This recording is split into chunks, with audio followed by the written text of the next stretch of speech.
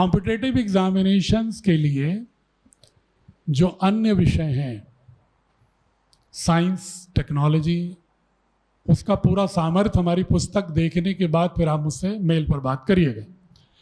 मैंने संकेत में बता दिया कि जो कोई IITian नहीं मिलेगा भारत का जो प्रोफेसर SC वर्मा की कॉन्सेप्ट ऑफ फिजिक्स पढ़े बिना JEE में आगे बढ़ा हो। वो चाहे फिजिक्स वाले पढ़ा रहे हों, चाहे बायजू पढ़ा रहा हो, प्रोफेसर SC वर्मा की पेडागोजी और पुस्तक को आधार बनाता है।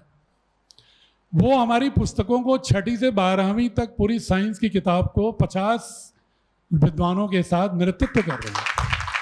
तो हम कैसे सामर्थ्य कम करेंगे साइंस का कि कॉम्पिटिटिव के लिए सिर्फ वो संस्कृत पढ़ लेगा तो नालायक हो जाएगा और अंग्रेजी पढ़ लेगा तो लायक हो जाएगा, ऐसा तो नहीं ना बेटा। भाषा का साइंस और टेक्नोलॉजी से रिश्ता नहीं है। वहां हम साइंस तो उसको इंग्लिश में पढ़ा रहे हैं, वहां पर हम नहीं कह रहे हैं कि वो साइंस को संस्कृत में ही पढ़े अभी, क्योंकि अभी वो वक्त नहीं आया है। हो सकता है एक दिन वक्त आए जब थोड़ा थोड़ा संस्कृत जानना शुरू करेंगे लोग। चाइना में साइंस और मैथमेटिक्स भी, कंप्यूटर भी मंडारिन में पढ़ाया जाता है। इजराइल में हिब्रू में पढ़ाया जाता है। जापान में जापानीज में पढ़ाया जाता है। जर्मनी में जर्मन में पढ़ाया जाता है। रसा में रसन में पढ़ाया जाता है। हम चूंकि अभी उस तरह तैयार नहीं हो पाए हैं, इसलिए अभी हम इंग्लिश में ही पढ़ेंगे, लेकिन धीरे धीरे ऐसा मानस तैयार करना चाहिए कि हम अपनी भाषा की ओर भी गरिमा को लौटा सकें और उसमें भी ज्ञान सृजन कर सकें। इसके लिए हम इतना ही बोले आपसे ना कि 9 से 12वीं तक हम लिंग्विस्टिक कॉम्पिटेंसी के रूप में संस्कृत खड़ा करेंगे, ताकि अपनी प्राचीन ज्ञान परंपरा से उसका रिश्ता कायम हो सके। हम ये नहीं कह रहे हैं कि पूरी संस्कृत पर ही पूरा 100% जोर लगा के साइंस मैथ्स भूल जाए। ऐसा अनर्थ हम नहीं करेंगे, क्योंकि हम जब तक 21वीं सदी में साइंस टेक्नोलॉजी में आगे नहीं होंगे, एनर्जी का अल्टरनेटिव कहाँ से लाएंगे अगर हम साइंटिस्ट नहीं बनाएंगे। कॉम्पिटिटिव एग्जामिनेशन को छोड़ दीजिए, अगर हम वैज्ञानिक नहीं बनाते हैं तो बायोटेक्नोलॉजिस्ट कहाँ बनाएंगे, न्यूक्लियर टेक्नोलॉजिस्ट कहाँ बनाएंगे, स्पेस टेक्नोलॉजिस्ट कहाँ बनाएंगे। तो इसलिए हमें साइंस मैथमेटिक्स में तो उन्हें निष्णात करना ही होगा। ठीक है। हमसे भी प्रबंधक, प्रधानाचार्य, शिक्षक और विद्यालय संचालक इस भारतीय शिक्षा बोर्ड की बैठक में आदरणीय भारतीय शिक्षा बोर्ड के चेयरमैन डॉक्टर NP सिंह और अपने ज़िले मिर्ज़ापुर के डिस्ट्रिक्ट मजिस्ट्रेट श्रीमान पवन कुमार गंगवार जी का हार्दिक स्वागत और अभिनंदन करते हैं। सर,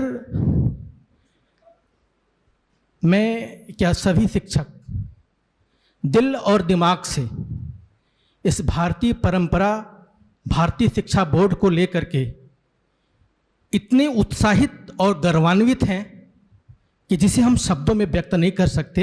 ये मेरी व्यक्तिगत राय ही नहीं, समस्त शिक्षकों की राय है, जहाँ तक मैं एक शिक्षक होने के नाते महसूस करता हूँ। आपने बहुत ज्ञानवर्धक चीज़ें बता करके हम लोगों को प्रेरणा भी दिया है। हम अपने बच्चों के प्रति भी इस ज्ञान को बांटेंगे, लेकिन इस बोर्ड की प्रासंगिकता को लेकर के बस एक सवाल है। सवाल ये है कि आपने ये कहा कि अगर आने वाली कोई और गवर्नमेंट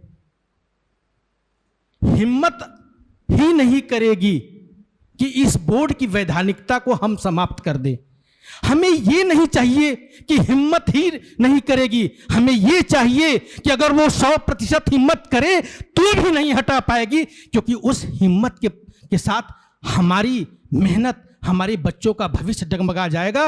वो हम इसलिए उतनी वैधानिकता चाहते हैं कि वो हिम्मत करे तो भी ना हटा पाए, तो हम इस बोर्ड को लेंगे। ऐसा है मान्यवर, मैंने दोनों बातें की थी।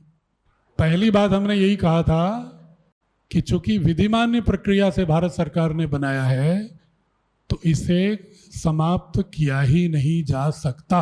पहली बात यही मैंने कही थी।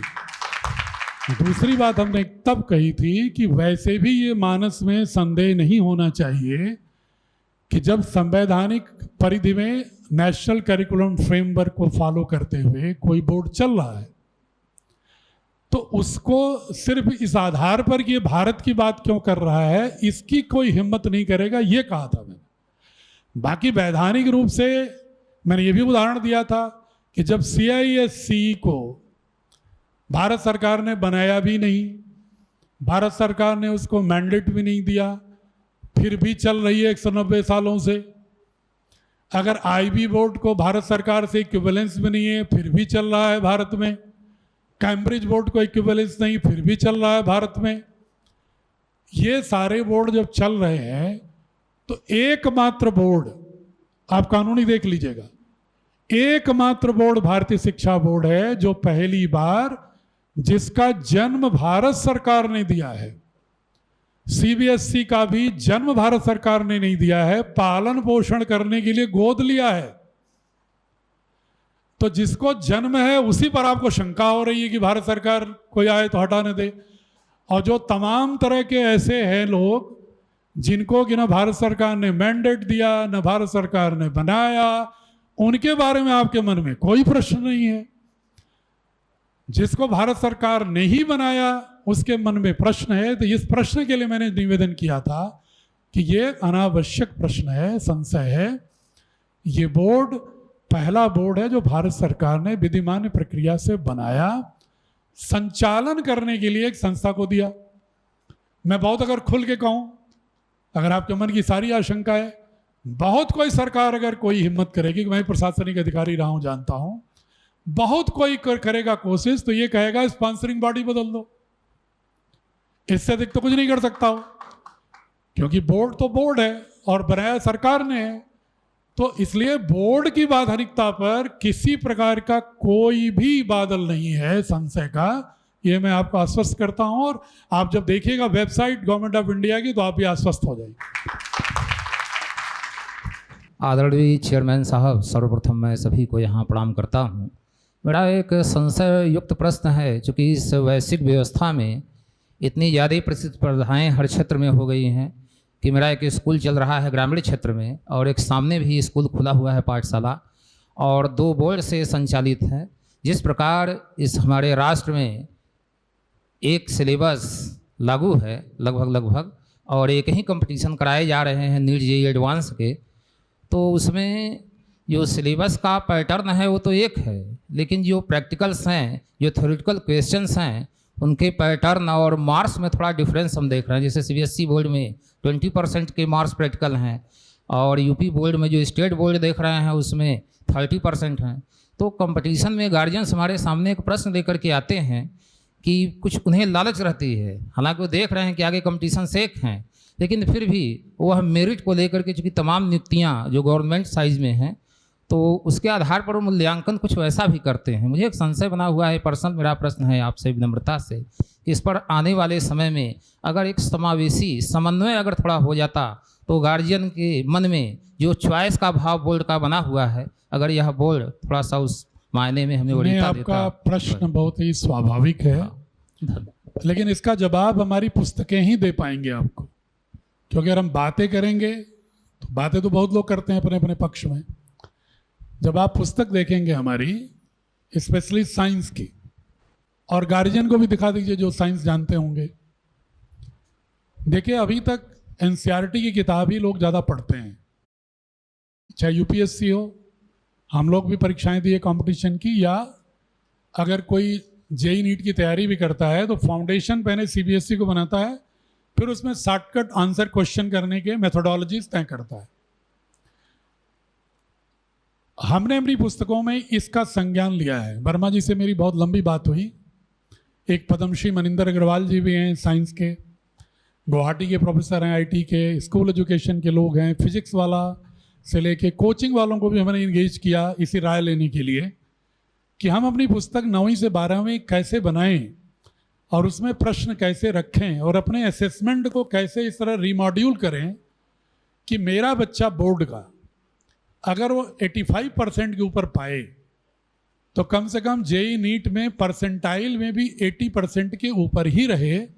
ऐसा ना हो कि 100 आउट ऑफ 100 पाए और इधर परसेंटाइल 50 पाए, एक बहुत बड़ा संकट है, इसलिए ये सिंक्रोनाइजेशन नहीं है। जो लोग आज गार्जियन बहुत खुश होता है कि मेरा बच्चा जो है 98% पा गया और जेई की परीक्षा में परसेंटाइल पा रहा है 58, तो उस दिन तो लड्डू खा रहा है, उस दिन हो रहा है मातम।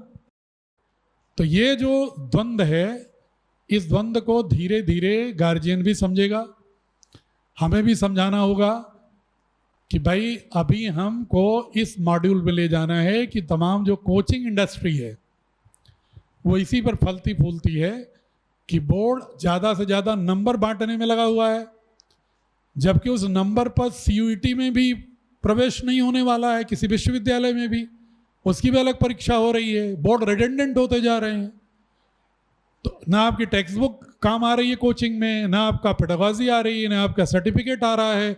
एक पैरेलल इंडस्ट्री खड़ी हो रही है, विद्यालय रिडंडेंट होते जा रहे हैं।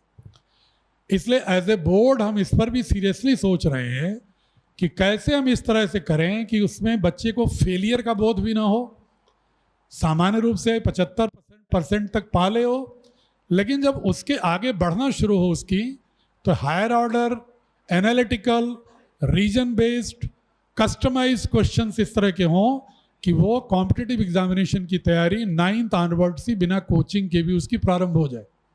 उसके लिए हम टीचर्स की ट्रेनिंग भी हमें रोबस्ट करानी होगी। हमारे साथ जो विद्यालय अब तक 600 जुड़े हैं देश के, उसको वर्मा जी पर्सनली एक हफ्ते साइंस की ट्रेनिंग देते हैं। वो कभी विश्वास ही नहीं करते हैं। मैं कहता हूँ मास्टर ट्रेनर से दिला दूँ, बोले नहीं नहीं नहीं नहीं, साइंस के लोगों को आपको बुलाना होगा हरिद्वार, और मैं उनको 6 दिन लगातार अपनी उपस्थिति में सुबह 7 से लेकर शाम के 9 बजे तक ट्रेनिंग दूंगा, एक्सपीरियंशियल ट्रेनिंग दूंगा, कॉन्सेप्चुअल ट्रेनिंग दूंगा, ताकि बच्चों को सही वो ट्रांजैक्ट कर सके। तो ये क्राइसिस बहुत बड़ी है पूरे देश में जो आप सवाल उठा रहे हैं, लेकिन इसको धीरे धीरे हल करने की दिशा में हम लोगों को मिलजुल करके कदम उठाना होगा। गार्जियन इसलिए नंबर की बात करता है कि वो एक उसी में गरिमा देखता है, दूसरा नौकरी ही हमारा अंतिम विकल्प हो गया है। बेटा किस में है, बोले 50 लाख के पैकेज में है, दामाद कितने में, 1 करोड़ के पैकेज में है। हम सब तो हो गए पैकेज। बीटेक करने वाले बच्चे, म्यूनिसिपल कमिश्नर में जब था लखनऊ में, तो 1 लाख लोग अप्लाई किए थे, जिसमें 20,000 बीटेक लड़के अप्लाई किए थे सफाई कर्मचारी के लिए। तो उसका कारण ये है कि हमने प्रारंभ से ही उनके मानस में उद्यमिता, एंटरप्रेन्योरशिप न डाल करके सिर्फ पैकेज, नौकरी, ये एक ऐसा कल्चर है, ये बड़ा मॉन्स्टर है, बड़ा दानव है। इसका समाधान एक दिन में नहीं होना है, लेकिन शुरुआत कहीं से होगी। कुछ लोग शुरू करेंगे, धीरे धीरे माहौल बनेगा। हेलो सर, हम सभी प्रबंधक, विद्यालय संचालक एवं शिक्षक महोदयों की तरफ से डीएम साहब का और आपका अभिनंदन करते हुए एक प्रश्न पूछना चाहते हैं सर आपसे। दिमाग में एक प्रश्न है कि सर, जो ये आधुनिक शिक्षा में भारतीय ज्ञान परंपरा का जो समावेश करने के लिए आपको शासन को शिक्षा बोर्ड का गठन करना पड़ा, बनाना पड़ा, तो क्या इस ज्ञान परंपरा को आगे बढ़ाने के लिए तो क्या हम वर्तमान शिक्षा प्रणाली में संशोधन नहीं कर सकते थे? बोर्ड की स्थापना करने की हमें क्या आवश्यकता पड़ गई सर? वर्तमान शिक्षा प्रणाली में हम संशोधन भी तो कर सकते थे, तमाम खर्चों से बच जाएंगे, तमाम इंफ्रास्ट्रक्चर से भी बच जाएंगे सर।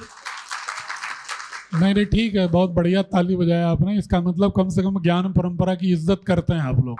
कम से कम एक बात मुझे स्पष्ट हो गई कि आप लोग ज्ञान परंपरा में रुचि रखते हो। अब आपका सवाल है कि सरकार इसमें क्यों नहीं कर रही है। मैंने इसका पहले उत्तर दे दिया था, आपने धर्मेंद्र प्रधान जी का स्टेटमेंट सुना अगर, तो उन्होंने कहा कि जो अभी ये भी सवाल उठा रहे थे ना, अगर अभी सरकार एक मुश्त ऑर्डर कर दे ना, तो अभी आपके अभिभावकों का मानस ही नहीं तैयार है। अभी जो सामने प्रश्न कर रहे थे लोग, अभी अभिभावकों के मानस में वो मैकाले की शिक्षा का विष नौकरी परकता भरी हुई है। अगर कोई भी एक पंक्ति आगे बढ़ता है तो 20 आरोप सामने खड़े होते हैं। इसलिए ये काम भी भारत सरकार ने ही किया है। आपने कहा सरकार क्यों नहीं कर रही है, वर्तमान शिक्षा प्रणाली में क्यों नहीं कर रही है? ये वर्तमान शिक्षा प्रणाली का ही एक नया प्रायोगिक संस्करण है, कोई अलग ये शिक्षा प्रणाली नहीं है। जब हम करिकुलम फ्रेमवर्क वही मान रहे हैं, सिलेबस का ढांचा ब्लूप्रिंट वही मान रहे हैं। सिर्फ जिस डोमेन की हम चर्चा करेंगे उस डोमेन में भारत की ज्ञान परंपरा का बहुत ही खूबसूरती से बिना बर्डन डालते हुए ला रहे हैं। धीरे धीरे लोगों का एक मानस बदलने लगेगा, फिर सरकार इसको जनरलाइज करेगी। इसके पीछे रणनीति है और सरकार का कोई पैसा भी नहीं लग रहा है। ये भी शुरू में मैंने बताया आपको कि सरकार ने इसीलिए कहा कि इस परंपरा को, इस प्रणाली में भारत की ज्ञान परंपरा डालने के लिए देश की कोई संस्था है क्या जो धन खर्च करने को तैयार है। उन्होंने कोई पब्लिक टैक्स अभी नहीं खर्च कर रहे हैं। अभी वो आजमा रहे हैं कि देखें अगर ये बात कही जाए और भारत की ज्ञान परंपरा के साथ आधुनिक शिक्षा का सामर्थ्य विकसित करने के लिए कितने विद्यालय आगे आ रहे हैं, कितना जनमानस आगे आ रहा है, इसके बाद वो कोई निर्णय लेंगे। हमेशा हम लोग गवर्नमेंट में भी पहले कोई स्कीम चलाते हैं तो उसको सेलेक्टिव ले पर कुछ ब्लॉक तय करते हैं, पायलट प्रोजेक्ट, और पायलट के बाद जनरलाइज करते हैं। हमेशा गवर्नमेंट की पॉलिसी रही है। तो एक तरह से आप अप्रत्यक्ष रूप से जान लीजिए कि this is a pilot project to test our mentality कि whether we are prepared to adapt this kind of system और not, are only limited to the slogan. इसमें कोई धन नहीं खर्च हो रहा है भारत का। A very good evening to respected Chairman Sir, Chief Guest Sir, and all the audience hereby sitting. And I am from Sonbhar, Poseidon Convent School. And there are not a questions. It is certain we need a suggestion from you, sir, that nowadays as we are going, the parents are having a frame of Navodaya and central schools in their mind, and they are running with the CBSE boards. So is it not a challenge in front of us to introduce a new board for them? How we can crack the minds of the parents to come up with us? And the second thing is this: why the BSB only think that the Patanjali can only associated with this? Why not the others educationists? They have throw the ideas between the educationists and make a committee for that. And my third basically is that as you have talked about the NEP and NCF curriculum, why these syllabus are only very first priority is given to the Navodaya and central schools to get it done, that yes, they can work or not. Second, fourthly, my question is this about the copy evolutions and the centers of the school, and not least but the last, we are with you, but who can face these challenges, sir, to crack the minds of the parents? Okay. Thank you, sir. Maybe questions. I would like to answer your second question first. कि why only Patanjali Yogpith is associated with this project, not other educationists? You asked this question. Due to the scarcity of time, I didn't explain the nature and metamorphosis of the board. Only Patanjali Yogpith is the financial partner in a way. There are so many institutions who are working in these directions already, like Arya Samaj, like Chinmay Mission Trust, like this Vivekananda Kendra, like Sam Ramakrishna Mission, like Sri Sri Ravi Shankar, like Sadhguru Isa Foundation, and so many other organizations which are already working with this objective, blending of Indian knowledge system with modern education. As you know, even Maharshi Aurobindo's society, Maharshi Aurobindo is our partner for the pedagogical promotional capability building program. Chinmay Mission Trust is our partner in the South India. Amritamayi Ma Sanstha is also the partner of our board. And Nirmalanand Nath Ji Maharaj, the IITian saint, he was basically IITian and running 100 institutions of 2 lakh students in Karnataka. He is also the member of our board.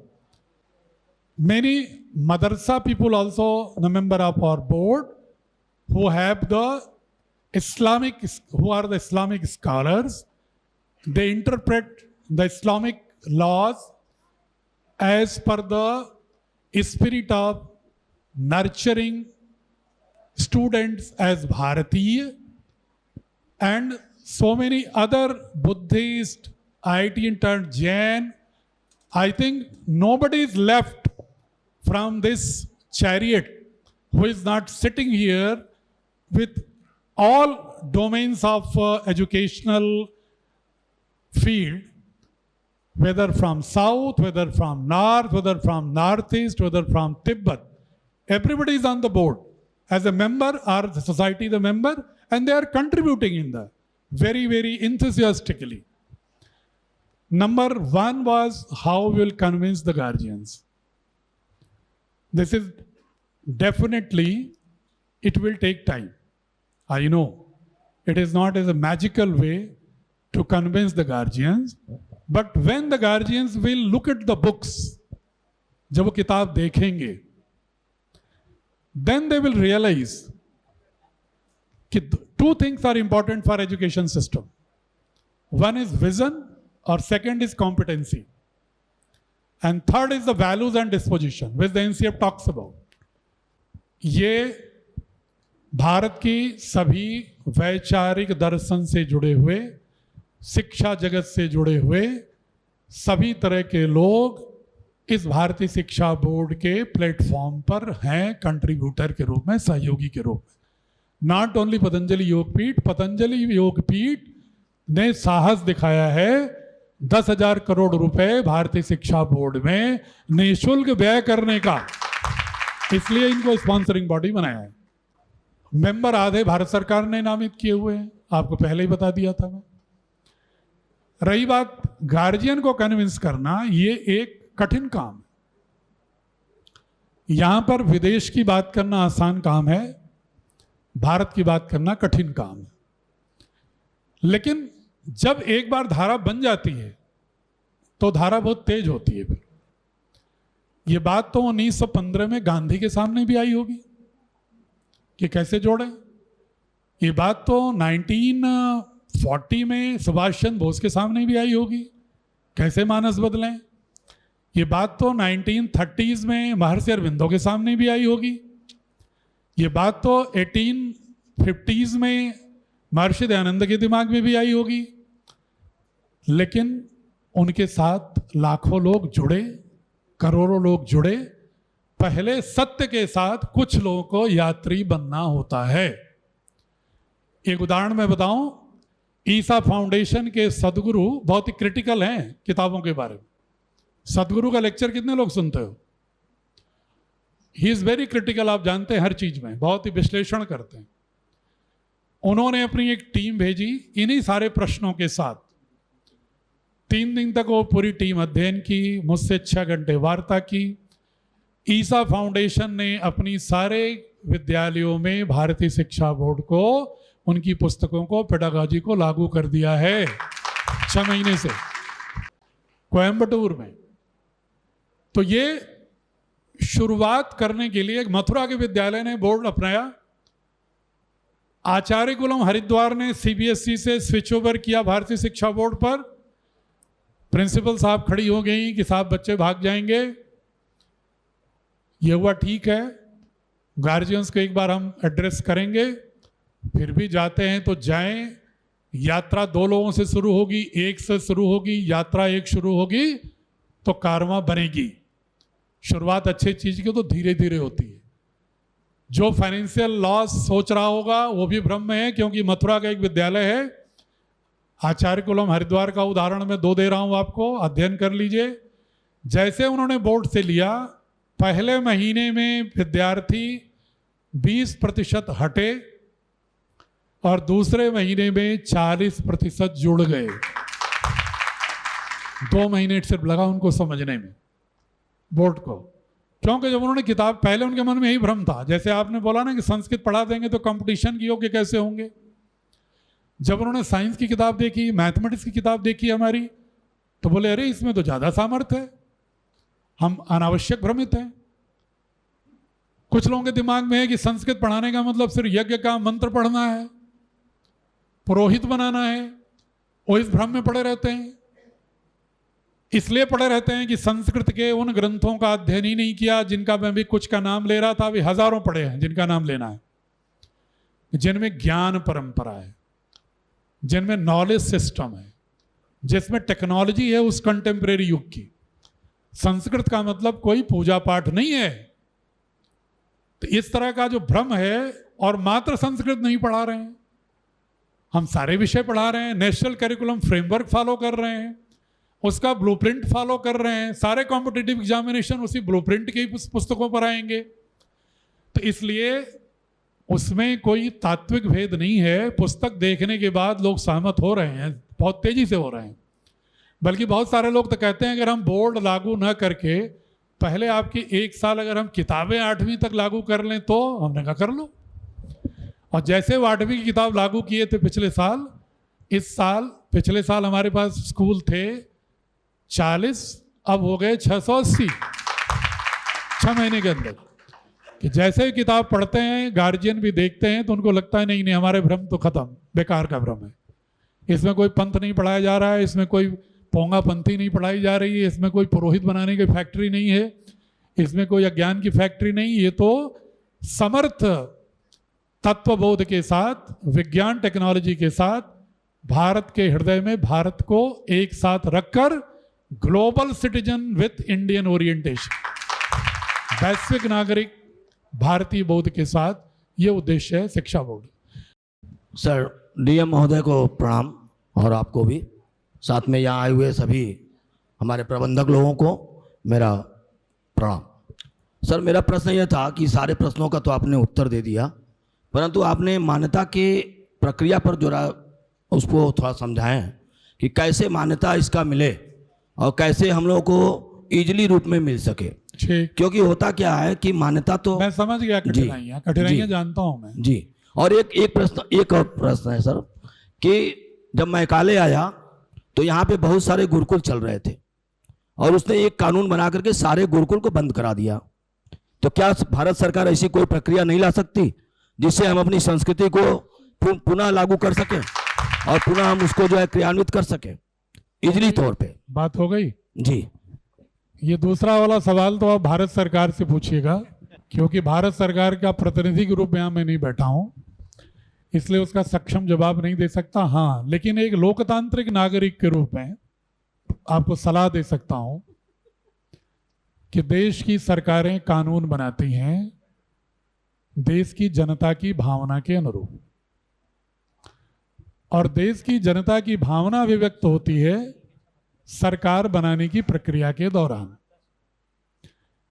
देश के किसी भी चुनाव में किसी भी political party का उठाइए, मैं किसी की आलोचना नहीं कर रहा हूं, किसी भी पॉलिटिकल पार्टी मैनिफेस्टो उठा करके देखिए, शिक्षा किस क्रमांक पर रहता है।